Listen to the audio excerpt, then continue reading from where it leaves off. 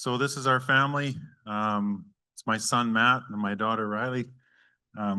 So my son's 20 and all he can think about is being a cowboy. That's it. You were just talking earlier, if you show him a grease gun or a fence and pliers, his nose, he gets snubbed in the nose. So all he thinks about is roping cows. Our daughter's grade 12 and she's about to spread her wings and off to university. So Deanne and I are just about ready to be empty nesters. So that's another challenge that we're trying to figure out. We're cow calf long yearling operation. We calve on grass. Holistic management has been a big part of our life. We're intensive grazers. Our cattle move at least once a day to up to multiple times a day, depending on what we're trying to do in our paddock, and we mimic nature as best we can. So like was said, we were here last year talking about the virtual fencing trial. So we've just got a few slides just to review. So if anybody missed that, we'll get you up to speed. Here's the trial details. So it's kind of just a little bit about ourselves and the trial, where the money come from. So we collared 400 plus cattle last year. Our place is about 4,200 acres. And an additional 7,500 acres of provincial forestry lease. It was a 2-year trial. This was a second year this year. Our partners in this trial obviously is Vents. They've been just great to deal with. Ministry of Ag money, which flowed through the Saskatchewan stock growers, and CFGA bought a base station and we bought a base station. So this is our why. Holistic management. I'm not sure if you're familiar with it or not, but we talk lots about why are we doing things? As the first presenter was talking about why. So we spend a lot of time with that. So in holistic management, we talk a lot about triple bottom line, our people, our land, and our finances, and that's how we base our decisions on. So why did we want to be part of this trial? Well, better for the people. If it's way better off relationships not having to fence in the forest. It's been way less domestics. I can tell you that, when we're not having to beller at each other and trying to get some fencing done in there. It's a lot easier to do on a computer. With our land, we're able to better utilize our push the cattle, drift the cattle around our forestry lease, or if utilization has been way better. And as for the finances, if there's money around to try technology that we were very interested in, why wouldn't we do it? And like it says here, a part of our holistic goal is to be lifelong learners. So we want to always be trying to push the envelope and be out of our comfort zone and try new things. And for us, this on the bottom is very important. Healthy land. We believe healthy land, if we can make our land healthy and we have healthy animals on this land, that's going to make the people that eat these healthy animals more healthy. So it's very important to us.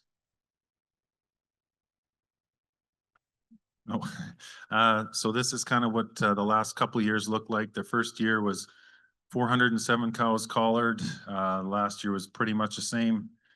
The first year it took us a little bit longer to get everything collared. I think it was just, kind of getting to know how they go on and everything else. And the second, so it took us a couple days to get 400 cows collared. This year we got down to business, but I think if we didn't spend so much time watching all the animals buck out of the chute, it would have took us less time. So it was very entertaining. We all had to stop. Well, look at her go. This year, hardly any of the main herd bucked coming out at all. It was just like second nature. They put them on, they walked out, calmed down, like there was no bucking. The heifers might have bucked a little bit. So wasn't quite as entertaining, but I was very happy we got it done in a day. For some, yeah, my bull one doesn't seem to want to come on, but bulls are, oh, there we go. Bulls are really tough to collar. We ran about the same both years. About 2 out of 15 bulls kept the collars on. But Vince tells us they're working on a new collar and they're having tremendous success with it staying on bulls. So we're hopeful for down the road that we'll have a better collar for bulls. Collar and bulls, quite frankly, sucks, because you're staring at this head that's this big, this neck that's this big, and this big black bull that wants to eat you. So I've smashed my hands a lot of times trying to get these collars on bulls, and with limited success, I would say. So this is, the base stations. So the base station's kind of the middleman between the GPS and the callers, so it's transferring the information. So in our context, what we learned last year is these base stations need to be on trailers so that I can move them around in the vicinity of cattle. Our bush up in the northwest part of the province can get pretty thick, especially once they log. It comes up so thick I can't even ride through it. So we needed to be able to move these things around. So we did put them on these trailers so that we're able to move them within vicinity of cows. Oh, was this one? He Oh, didn't want to share I didn't this. want to share this. We were looking at this morning. So this was something that we're in Milk River, Alberta last week, and I didn't want to share it. And she finally talked me into it. So I was moving this base station out. What I did learn is they're very top heavy.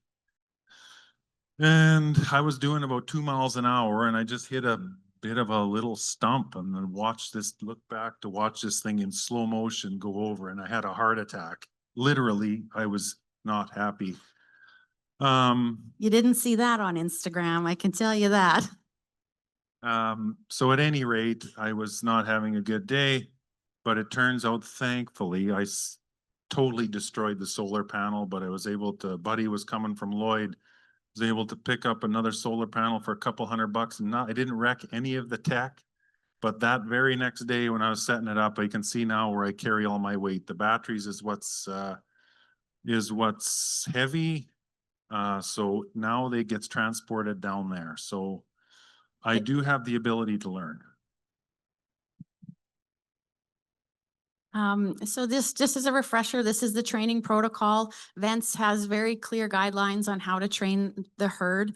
You run, and our rancher success person, CK, she set all these virtual fences up for us for training.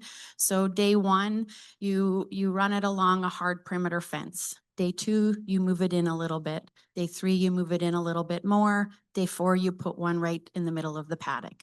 So she set this all up. We did this with our main herd on year one. Year two, we did not train the main herd. We didn't have to retrain them. Right when we were kind of getting ready to get going, I just threw one up quick, just on a perimeter fence that was in the paddock they were in. And that was it. Everybody seemed to remember. We did do the training protocol with the new heifers that got collars for the first time this year. So once they run through these 4 days, our rancher success person ran the grazing data. There we go. And she was very happy with this. So if you can see the white dots, and she wanted to see hard white dot lines keep moving in from day to day. And then she wanted to see that hard dot line on day 4 of the paddock, or of the virtual fence that runs right along the paddock. So she was very happy with that. She's like, your cows are good to go, have at her. So actually, I think the heifers probably trained in that exact same paddock this year, and they trained very well. She was happy with that. So here we're on our way, good enough. Oh, but of course, with training and, animals getting shocked, I'm out there with my camera, of course. So here's the heifers getting shocked and learning. You can see them moving back. The other ones, the main herd, they were learning, they're moving back. So it just gives them an opportunity to learn, to understand that there's that audio sound first. After the audio sound, they keep going, then they're going to get the shock. So it's just, fun to watch for a day for sure. There you go. Just a couple more videos here. You can see. Oh, and they're just playing on their own. If I go back, no, I can't.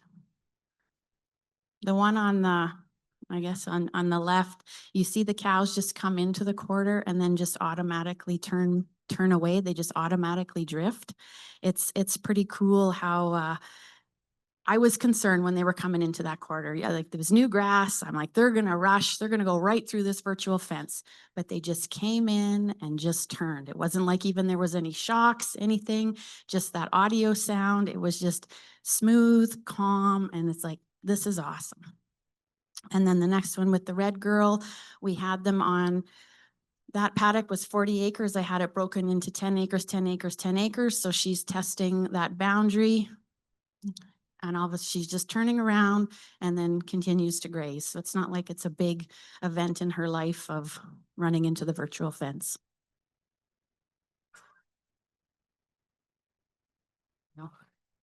No. So this next spring, or this last spring, sorry, we had a few things that we wanted to try that we didn't quite get to last grazing season. So here was a few of them, managing multiple herds at once. We wanted to be able to see if we could sort cattle with this technology. We wanted to continue to better utilize our forestry lease. We felt our collar retention wasn't as good as it could have been last year, so we wanted to see that could have been operator error, meaning me. So I wanted to see if it was the same or worse or better. Improved battery utilization. Battery life is a challenge on these things, so we took a little bit more time and maybe didn't use the technology quite as much on our open ground because our infrastructure on our open ground is set up. But once we get into our forestry lease, we have not too much but a perimeter fence. So, and some fall grazing. We wanted to see if we can get some fall grazing done on some land that we don't own, to see if we could extend our grazing days.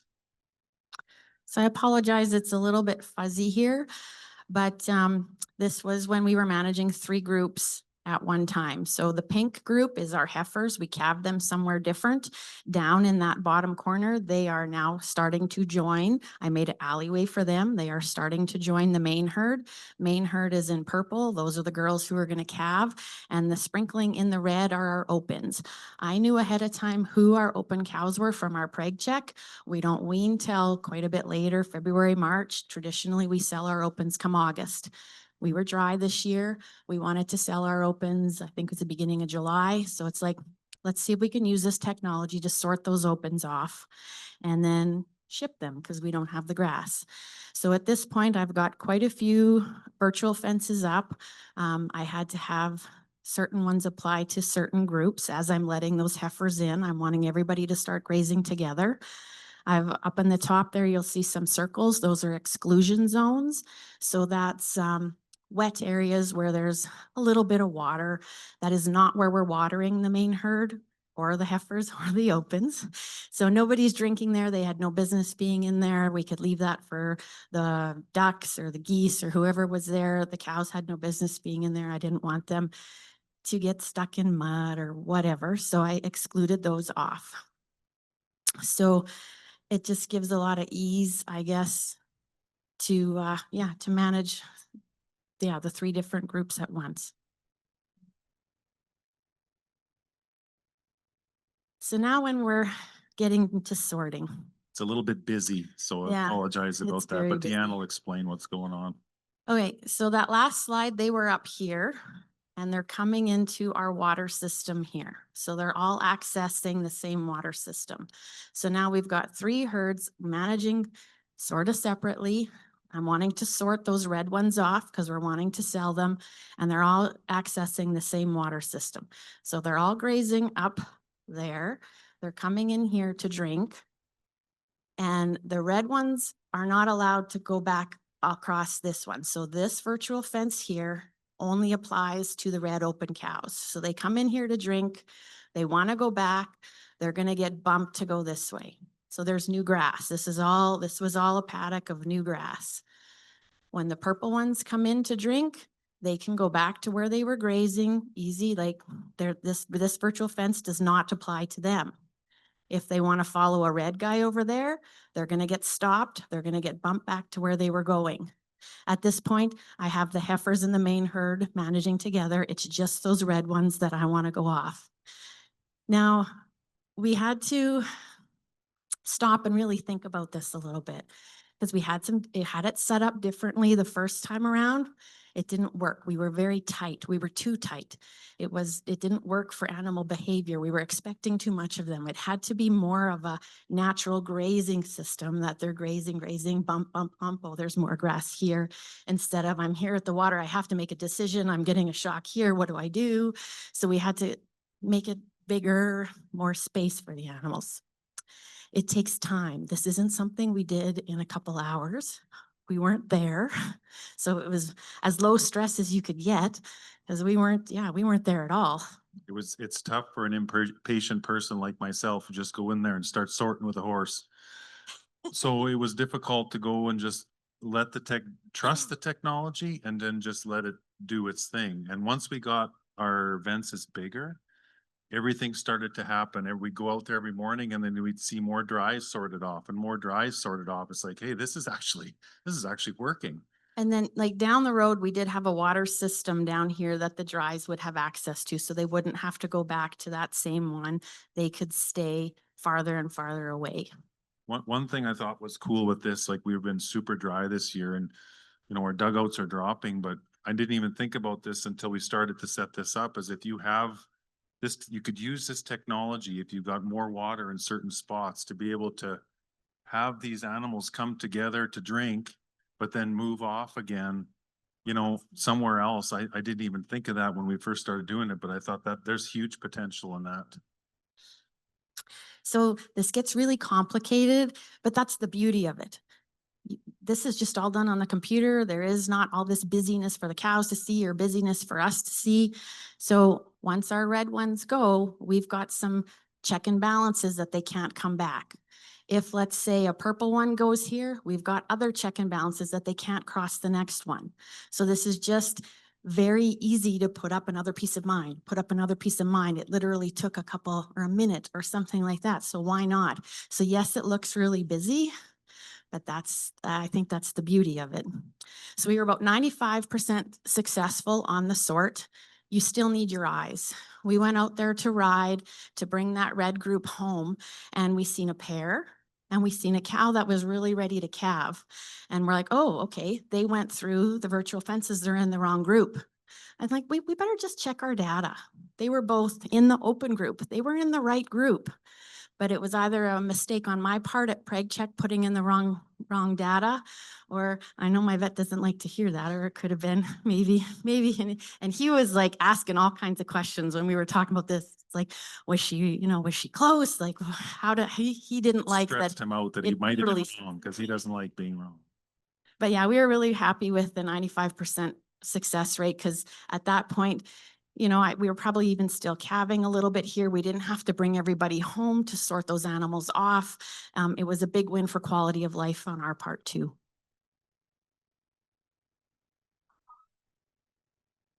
That was about a week. Yeah, 7 days to sort themselves like that. And I don't know if it actually took the 7 days, but that's what lined up when the auction was, when we could bring them home, when we could ship them in.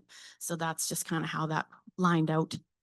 So this is our first week into the forest release. So what you're looking is at a heat map of just where the cows are hanging out.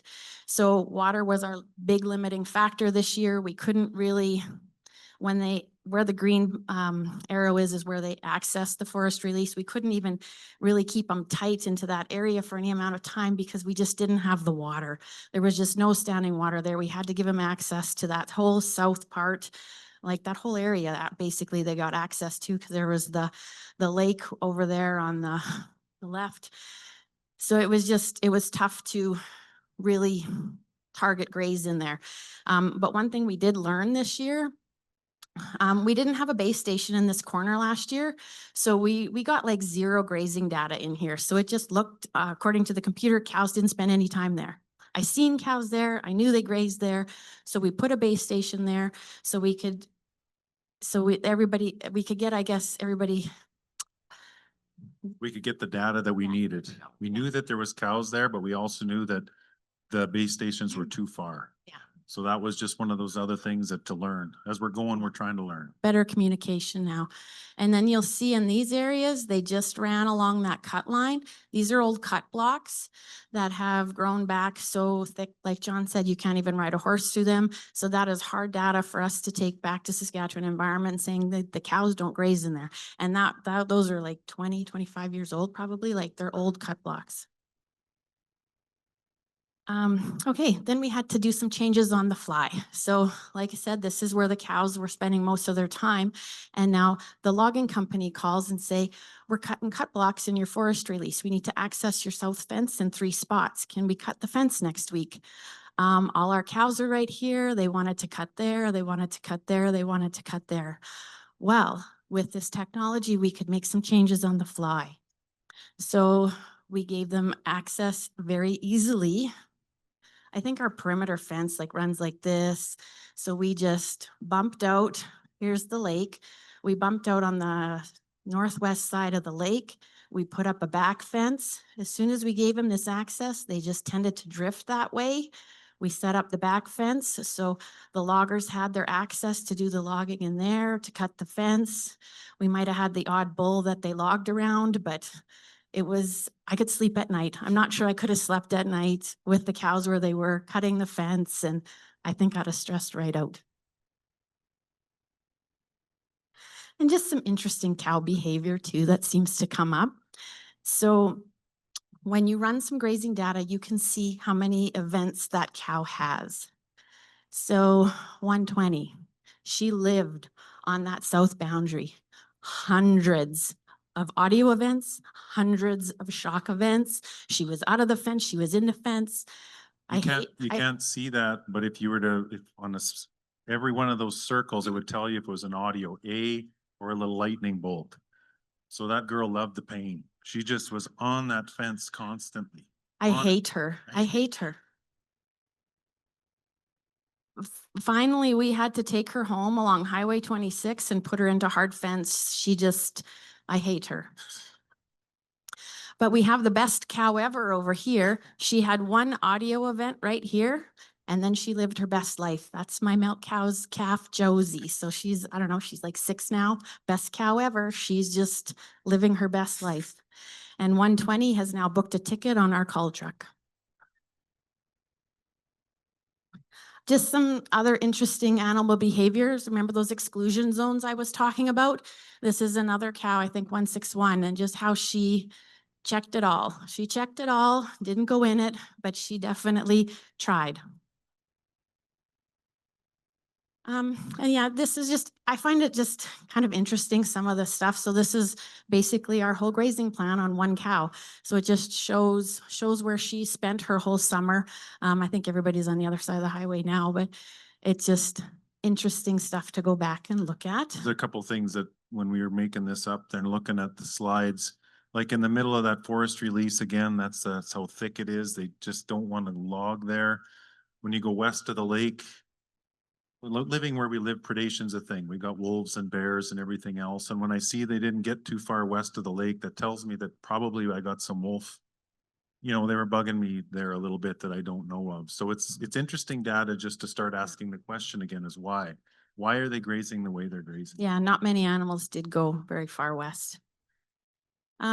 Okay, so there is a new app out. So we are one, I think, the 8 ranchers who are testing the app. So this was really interesting for me. Most of the cows were out of the forestry lease, except my daughter's cow, Rosie. But one morning, in the span of about 3 or 4 hours, from the comfort of my couch, I watched her come home about 3 miles. We had got a skip of snow. That's all it took for her. So right here, she's on the very south perimeter fence. Boom, she's at the forestry lease fence right here. And then in a matter of not much time, she's at the gate to the rest of the cows. So the time save that took, we would have had, you know, I was watching her. I had quadded out a few times to go see if I could see where she was, bring her home. And then I was just like, you know what, she'll come. And I watched it on my phone. So it was a huge time save for us.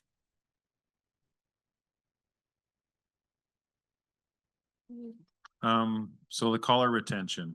So this was the year 1, we had 7% of the cows lost their collar, 80%, 87% of the bulls. So it was just like, I don't know. It wasn't, to me, it was like, I don't know. Vince said we could do better yeah, too. we could do, yeah, they said, no, it should be 1 to 2%. You should be able to get down to. So this year I was happy. We were down to 2% on lost their collars. So I would say that's probably mostly operator error putting them on the first year.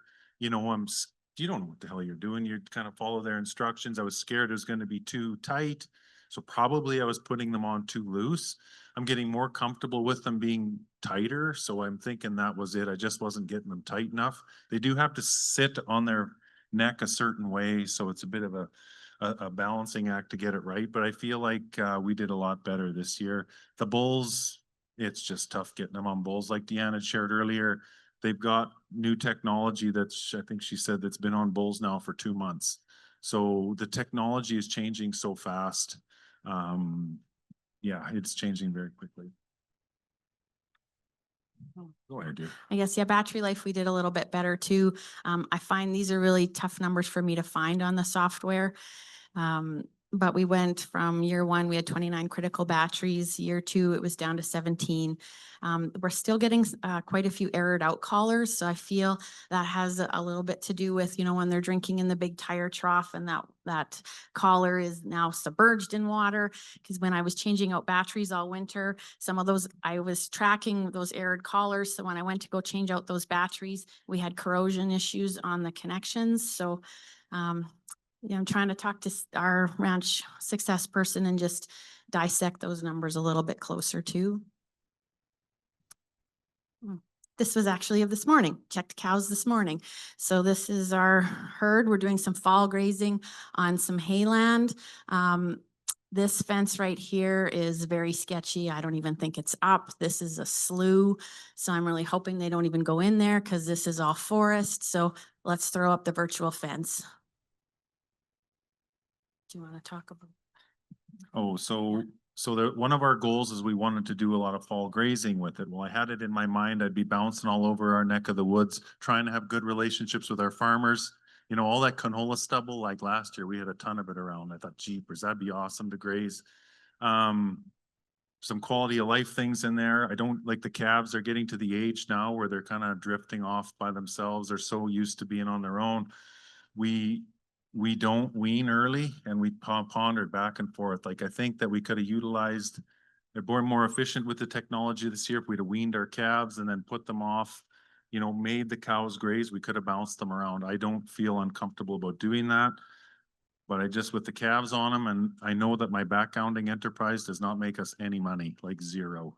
So it's like I got to go from cow calf to long yearling as quick as I can, which means the cows, if I can, I'm going to leave the calves on. So we're content enough just to graze to where we're grazing right now with the technology. Yeah, so we're just using it as a backup. There's lots of RM roads, highways. We're not comfortable without running with a perimeter fence with the calves on there and with some of the collars on battery critical. I think it's doable though. Honestly, I think that without the calves running around, I think that it's definitely doable.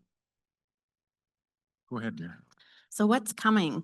The new Vents app, so it's still in test phase. Vents has been fantastic getting rancher feedback. We've been talking to engineers. I'm not even sure where everybody's at. Usually we'll have Zooms from San Diego, Idaho, and they just want to know how we want to use the app from a rancher perspective. So they've been very open to that sort of stuff, to design it, how we want to use it. So I'm really excited to give them our feedback. Apparently there is a new collar design that is easier to replace batteries, new collar design that's going to stay on bulls better. She's really excited when she's telling us that, well, we've got a way better battery coming. So once they get all those things nailed down, then they're going to gear up to be commercially available in Canada. I haven't been able to nail down exactly a timeline for that yet, but it's coming. That's good. I think that's about all we had. We thank you guys for letting us talk to you today.